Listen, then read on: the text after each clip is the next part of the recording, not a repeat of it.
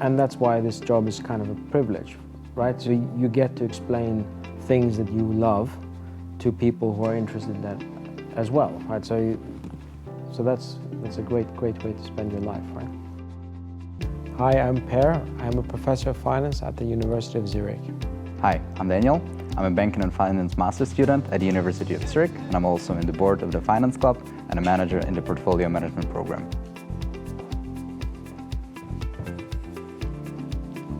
Hello, Professor. Hi, Daniel. How are you doing? Very good. How are you? Yep, good. Good. What would you say, how would you judge it? Where do we stand as a faculty in terms of quality of our study program, especially maybe banking and finance? There are many things which are very good. For example, we spend a lot of time and effort on things that are good for our students after they have been at the department. So, for example, the CFA Challenge and the PMP program, which are two things in banking and finance, which does things that bridges the academic world with the professional world. So those are things that are very good. I think that if you look at the faculty we have in banking and finance, we have excellent faculty, and there are outstanding scientists, which means that the research-based teaching is probably of very high quality. But what do you think? Well, you mentioned the CFA Investment Challenge and the PMP, the Portfolio Management Program, and I'm in both, so I can only attest what you said. I mean, those programs are absolutely out of the ordinary, really, in terms of like on their own, but also relative to maybe other study programs at other universities. And the gap, which you mentioned, which needs to be bridged between academia and practice, I mean, those programs really serve the purpose. And it's a lot of work, but so is also job and finance and banking. So it's sort of a warm-up for the real world later. So yeah, I can definitely second that. A follow-up question I would then ask you is, how do we keep improving the quality of our education to keep competitive against, I don't know, the UK, the US, or Hong Kong and Singapore as a banking industry and country? I think that we're sort of, if you wish, we're reliant on the professors that we have, in the sense that we need to make sure that we recruit the best professors and that they are in the classrooms and they keep on giving good education. The second thing that we need to do is we need to figure out what skills do students need today and in the future. And we need to look at the curriculum and change and see what we can do to adapt to those needs. As a whole, my impression is that Switzerland is extremely competitive. And I think that is because Switzerland really cares about education. So they spend a lot of resources for education. Right? So one reason that we can run the PMP and the CFA Challenge is because we have a fair amount of resources. In other universities, that wouldn't be possible. I think we're competitive, but there's always things that we can do to become better, of course. And it is, finance education is very good in Europe now, as opposed to what it used to be 20 or 30 years ago. Mm-hmm. Right, and so you said there are things that could be done better, so what would be the number one thing to, get off the table, which we could do right now or tomorrow, so to speak, to improve even more? So we've been looking at the master's program, and we've been thinking about things that we could do. Right now, we're collecting information from the faculty, how they perceive the program, what courses we should have, what we shouldn't have, what the minors look like. And we're kind of, I would say, 1/10 of the way through the review. Mm-hmm. It's kind of a long process. And of course, we also want to reach out to alumni and to current students and see what they say about the program. And then we're going to have to make a consensus opinion of what we should do about the program.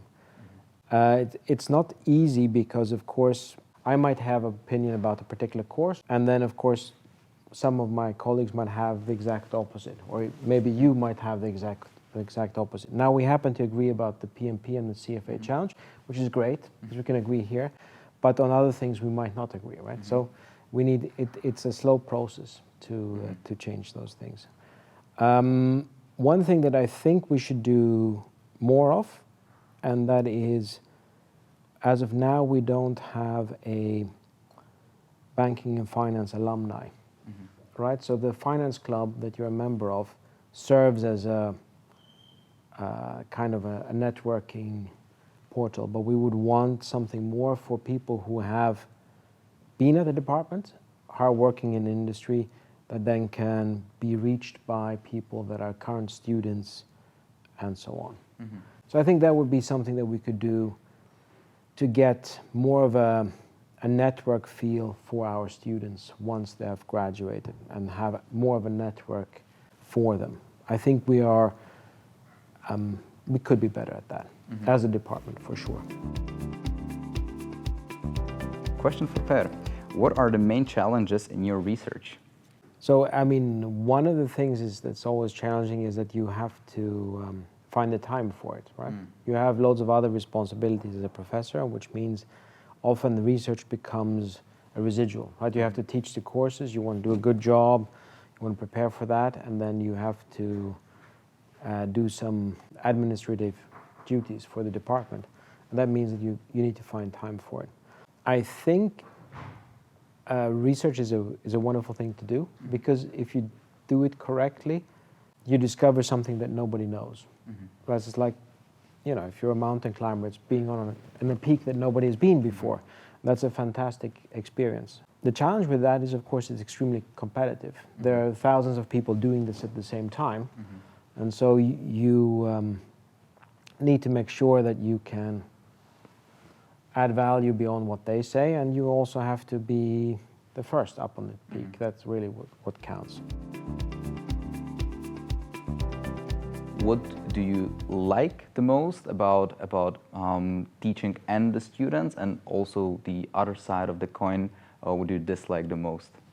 After you've done this a couple of times, you've taught your classes a couple of times, you know kind of what you want to say, but you still, in order to give the right kind of lecture, you still need to prepare it, right? So if you look through the notes, but you also realize how you should explain it, what phrases to use, so that basically means you're semi-rehearsing it, or at least I do.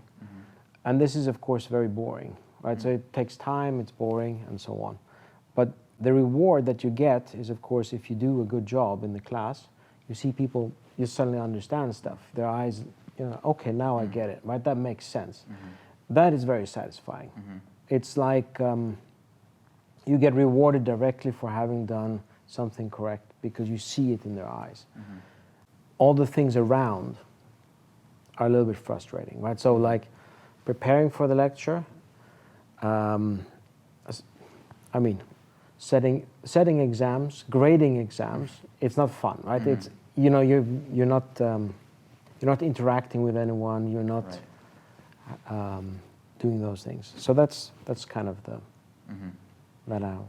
What you said about the aha moment, basically, when students realize something that is something I also find personally very satisfying when I'm sitting in a lecture and there is a difficult topic, so to speak, and the professor has is very good at explaining the topic, and suddenly it clicks. It's a great moment. So what I'm trying to say is, it's mutual. The mutual class satisfaction of understanding something is very great. No, and that's why this job is kind of a privilege, right? So you get to explain things that you love to people who are interested in that as well, right? So that's a great way to spend your life, right? But do you think, if you were to take the students that have a very weak quantitative background, would they struggle, or is this program for everybody? What do you think? In general, I think, yes, there is a proclivity towards the more quantitative stuff, but I would truly think that anybody who has interest in banking, which again is such a broad spectrum, and Switzerland, I mean, this is what Swiss banking is famous for, private banking, where the soft skills are much more important, and somebody who exactly has those soft skills or wish to build them can find their place in the banking and finance study program as well. So there are many modules and many courses which help and support to foster and just build up those skills necessary for a private banker. How did it came about that you came to the University of Zurich? Oh, so that's an interesting question. So the way that academics or professors are generally hired in finance is that there is an annual conference around Christmas, and then loads of universities and people who want to work at those universities meet at the conference.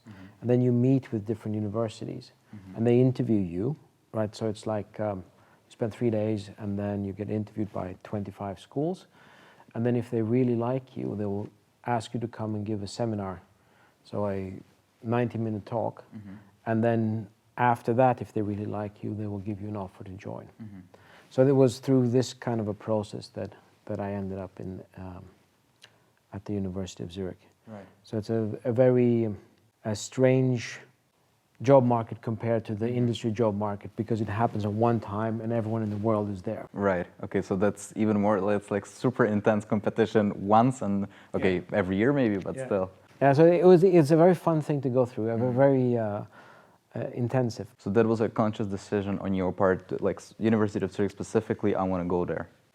Well, I mean, the way that this works is it's matching, so you can't be sure that University of Zurich wants to hire you, right? So you need to apply to more places than University of Zurich. So you apply to a lot of different universities, and then you meet with some of them, and then some of them like you, and some of them don't like you, and then it goes on like that.